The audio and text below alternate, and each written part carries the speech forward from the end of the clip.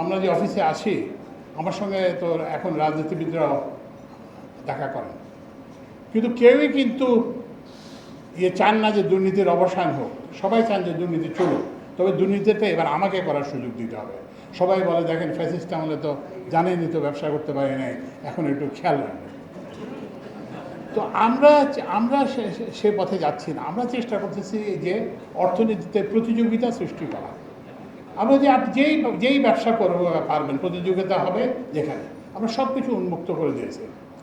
আগে দেখতেন যে বিদ্যুৎ খাতে আলোচনার মাধ্যমে কাকে বিদ্যুৎ প্রকল্প দেওয়া হবে ঠিক করা হতো, আমরা ওই আইনটাই বাতিল করে দিয়েছি।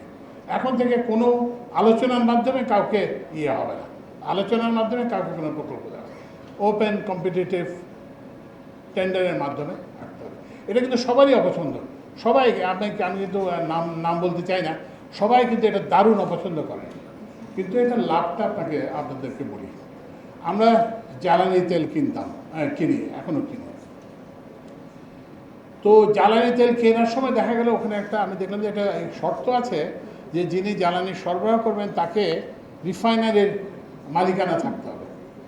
তো আমি দেখলাম যে একটা লোক জ্বালানি, এটা সাব প্রোডাকশন একটা জিনিস, রিফাইনিং একটা জিনিস, তারপরে সাপ্লাই একটা জিনিস, এটার সঙ্গে এটার সম্পর্কটা কী? তা আমি দেন এটা তুলে দেন। এটা তুলে দেওয়া হলো, এবং এই শুধুমাত্র এইটা তুলে দেওয়ার ফলে আগে 4 জন প্রতিযোগী বিড করতেন, এখন 12 জন প্রতিযোগী বিড করেন। এবং ওই যে জানেন আপনার জ্বালানি তেলের একটা ইন্ডেক্সের সঙ্গে মূল্য থাকে, কিন্তু একটা প্রিমিয়াম থাকে, সেই প্রিমিয়ামটা 35% লোয়ার, এবং এইটা অ্যানুয়ালাইজ বেসিসে 1500 কোটি টাকা কম।